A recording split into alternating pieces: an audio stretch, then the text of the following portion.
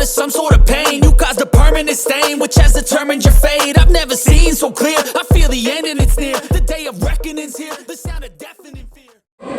Pas saya dari kan maaf ya Pak.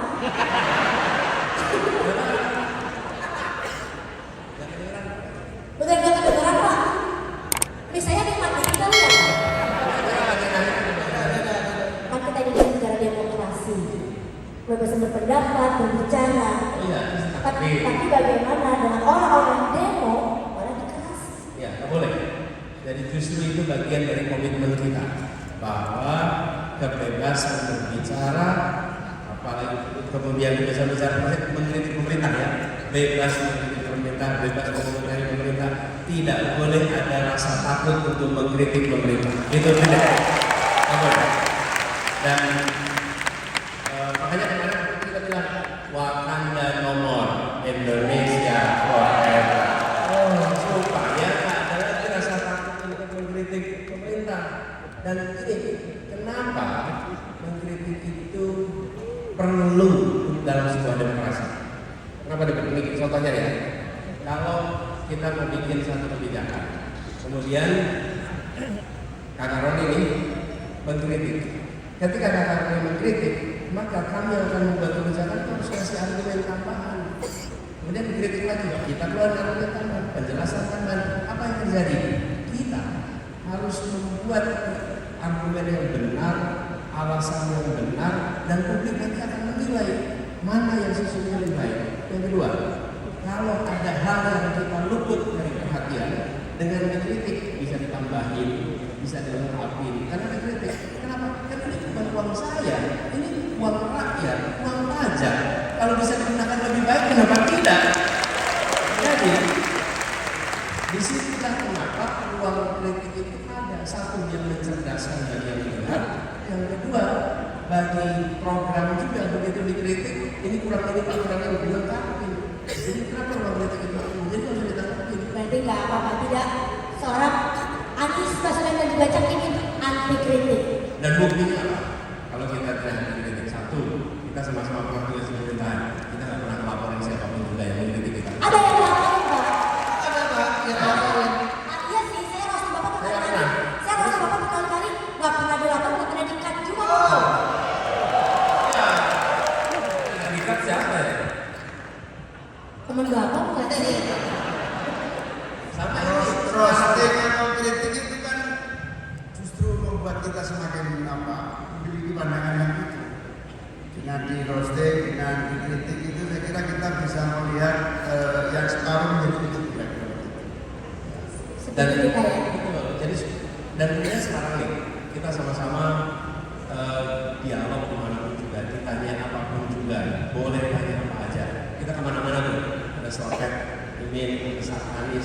Kenapa? Karena kita punya pesan bahwa perubahan yang ingin kita bawa salah satunya adalah menghilangkan rasa takut untuk mengkritik pemerintah.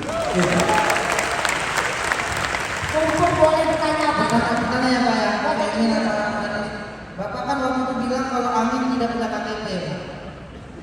Makanya saya mau ulangi agak keras nih. Bapak waktu itu bilang kalau Amin tidak punya KTP. Nah, makanya saya mau nanya nih, kira-kira Amin duduk itu bisa kesembuhan nggak ya? Penting ini Pak, mungkin ini saya Bapak. Ayo silakan dijawab. Tapi ada pertanyaan aja ya. Amin duduk kira-kira bisa kesebutan nggak? Kalau duduknya di MK bisa kesembuhan.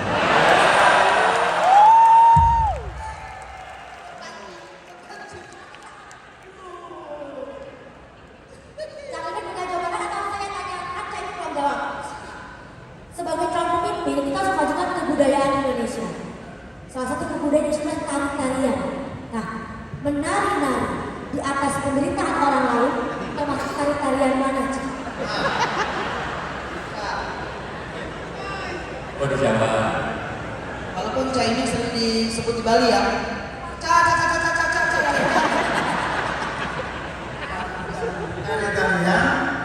Menari-nari di atas penderitaan orang lain, termasuk tari-tarian daerah mana, Pak? Ini daerah Kiki kali ya. itu daerah Wakanda itu ya. Daerah konflik ya, Pak? Terakhir lagi ini benar-benar Pak ya. Bapak kan pengen banget menyelesaikan kasus-kasus HAM di Indonesia yang menggantung Makanya saya mau nanya, siapa tahu Bapak tahu, siapa yang membunuh laut mati, Pak? Laut mati siapa yang membunuh Pak? Gak ada yang ngawat ke keluarganya sampai Saya, sekarang. Pak. Kalau menculik laut mati kira-kira kita tahu. Pancing lagi. Oke, Gimana? dikarenakan semakin malam semakin panas, kalian berdua tolong duduk dulu. Nanti dipanggil lagi. Gelinding. Gelinding Pak. Udah kita kasih mau desak apa? Jangan, please.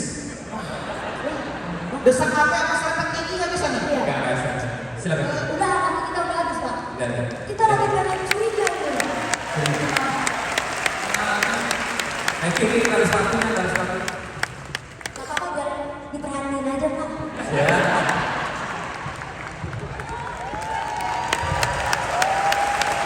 Jangan pulang, pulang sini. Pulang lagi. Nah, abisnya apa ya? Maaf, abisnya cadangan. Pak Roni suruh baca curhat dari warga langsung. Curiga.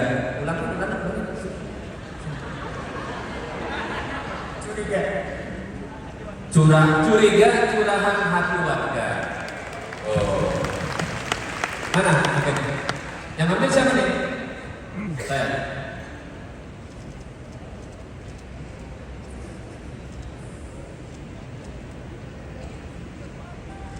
Satu dulu ya. Nanti saya panggil namanya mendekat ke mic ya. Rania Uzla Aryani. Mana? Ayo, monggo.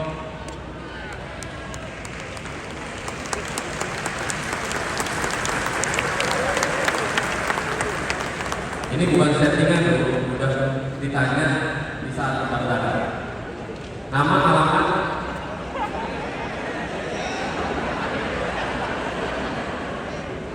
Selamat malam Pak Anies, Kak Imin, dan teman-teman semua. Kenalin nama saya Rania Rizal, sekarang umurnya 23 tahun. Saya baru lulus kuliah 2 tahun yang lalu dan sekarang saya sebagai desainer grafis di sebuah yayasan pendidikan di Jakarta, HFS Indonesia Pak.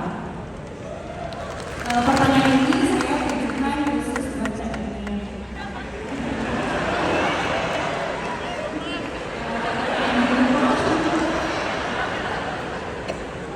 Pertanyaan ini muncul karena concern saya melihat teman-teman saya kesulitan mendapatkan lapangan pekerjaan.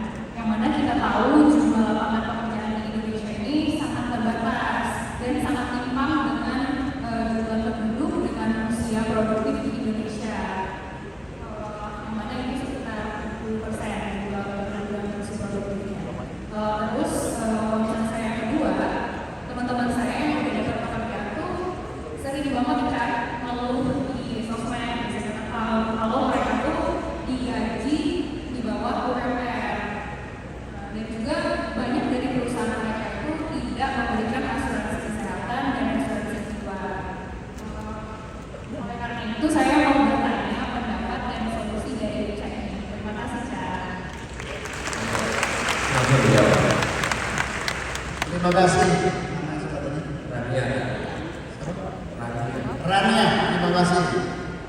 Dua pertanyaan saya jawab dari yang kedua. Yang kedua ini nanti sampai yang pertama. Jadi jumlah pengangguran kita sekarang ini yang benar-benar nganggur itu kira-kira sudah hampir 8 jutaan. Nah, tapi jangan salah, yang setengah nganggur atau pekerja informal tidak mendapatkan kepastian dan jaminan kerja yang baik itu sekitar 50 juta. Sehingga wajar kalau banyak yang sudah bekerja tetapi tidak mendapatkan jaminan sosial yang memadai, tidak mendapatkan asuransi menyangkut hak-hak dasar, dan yang paling pokok tidak mendapatkan gaji sesuai dengan minimum yang harus ditetapkan di sebuah provinsi atau kabupaten, UMP atau BPK.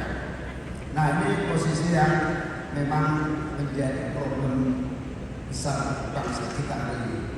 ini juga tidak bisa kita biarkan. Kita harus melakukan langkah-langkah perubahan yang konkret. Karena apa? Menjawab pertanyaan yang pertama, sulitnya cari kerja, padahal bangsa ini besar, bangsa ini pasar besar, negara ini kaya, kita memiliki banyak resources alam maupun modal sosial dan modal kekuatan SDM yang memadai. Dalam kerangka ini memang yang pertama, secepat-cepatnya, sekuat-kuatnya pemerintah harus hadir membuka lapangan kerja. Membuka lapangan kerja itu hanya ada 3 syarat yang minimal harus dipenuhi. Yang pertama, harus ada industri. Industri ini butuh 2 syarat. Syarat yang pertama,